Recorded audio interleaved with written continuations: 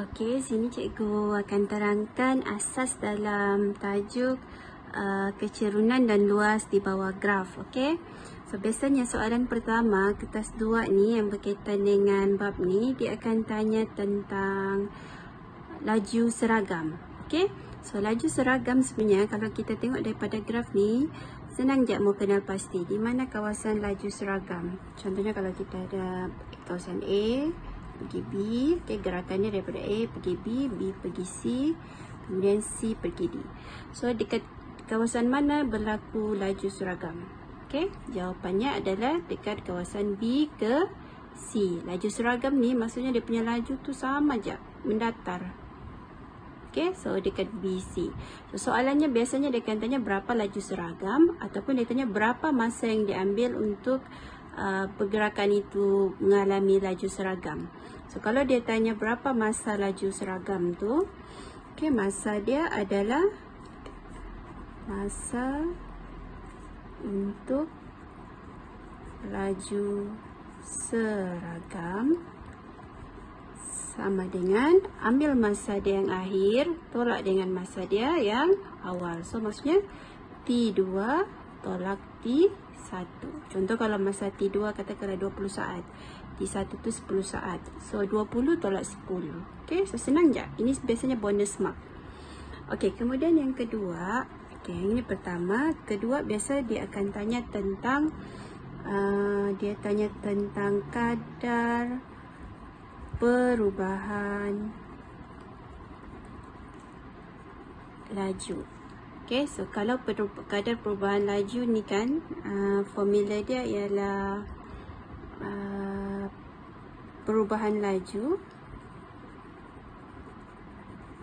bahagi dengan perubahan masa. Okay, contoh dia, katakanlah, okay, dekat graf ini dia tanya contoh,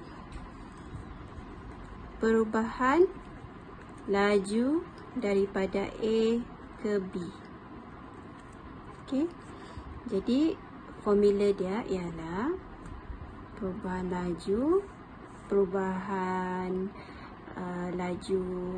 A ke B sama dengan, okay, sorry, ini contoh kalau dia tanya kadar perubahan laju A ke B.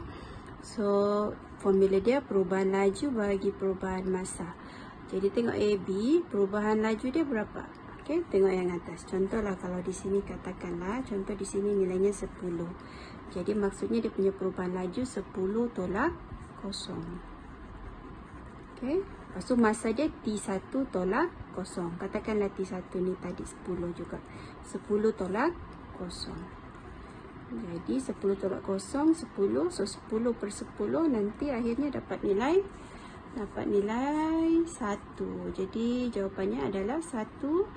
Okay, kadar perubahan laju dia punya formula adalah MS negatif 1. MS negatif 2. Ataupun dari kata lain sebenarnya kadar perubahan laju ni adalah pecutan. Okay, so itu sahaja.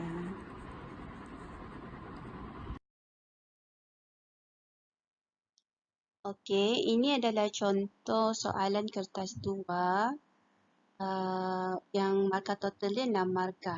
Okey, 1A biasa dia akan tanya tentang nyatakan tempoh masa zarah bergerak dengan laju seragam. So laju seragam boleh kan dekat kawasan straight line yang dia mendatar. So 25 tolak 10 sama dengan 5 besar.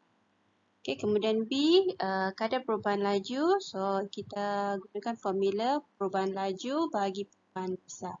So perubahan laju ialah 20 tolak 8. Okay, perubahan masa ialah 10 tolak 0. So ini merujuk kepada 10 saat ini. Okay, jadi jawapannya 68 MS negatif 2. Okay, so seterusnya mari kita tengok macam mana menjawab C.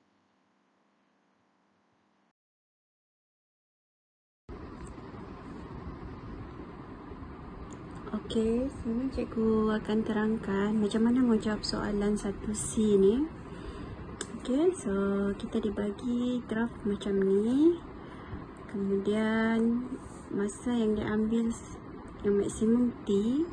dan dibagi jumlah jarak adalah 300 meter. Okay, so dibagi jumlah jarak 300 meter, tentukan nilai T. Okay, so jumlah jarak ni sebenarnya adalah hasil tambah luas di bawah graf. Okay, apa maksud luas di bawah graf? Graf ni kalau kita ambil, ini ada satu bentuk, iaitu bentuk trapezium. So ini ada luas.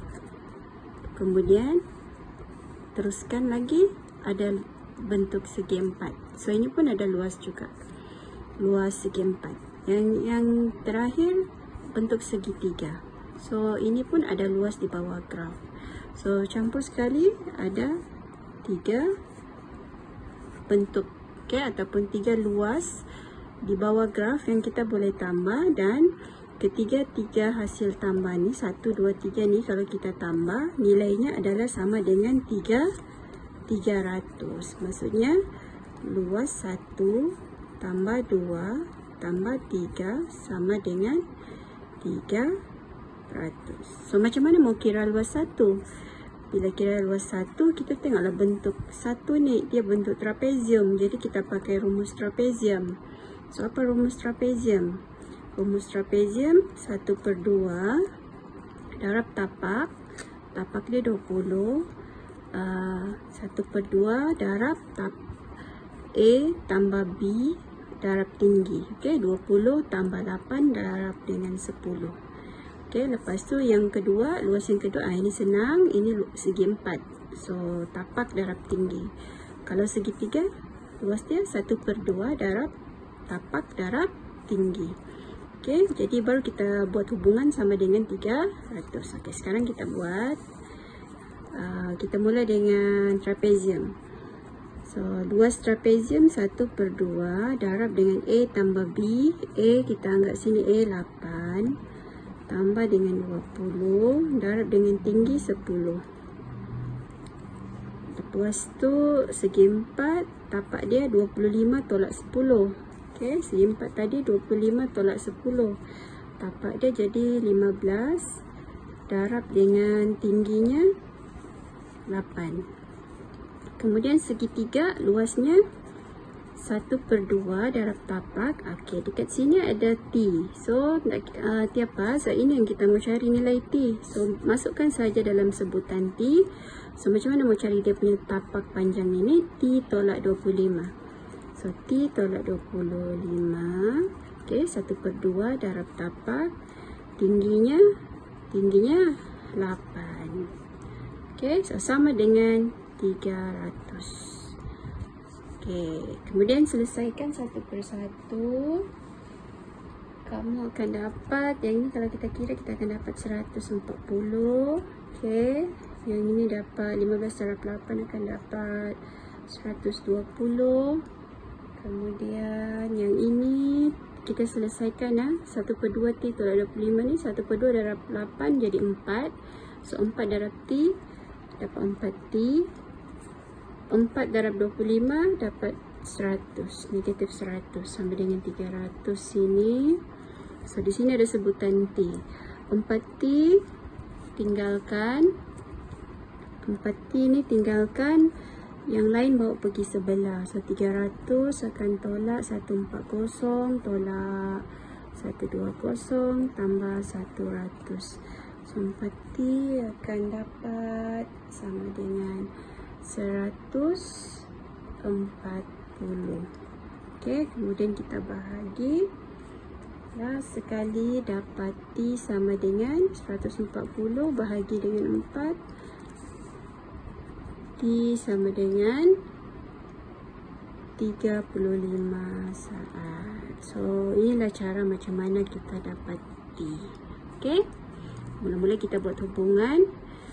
Mula dengan kita faham jumlah jarak sama dengan jumlah luas di bawah graf. So luas 1 tambah luas 2 tambah luas 2 tambah luas 3 sama dengan 300. So gunakan formula luas setiap bentuk. Okay, dan buat pengiraan. Okey, akhirnya dapat 35 saat. Okey, itu sahaja. Semoga semua dapat faham dan bermanfaat.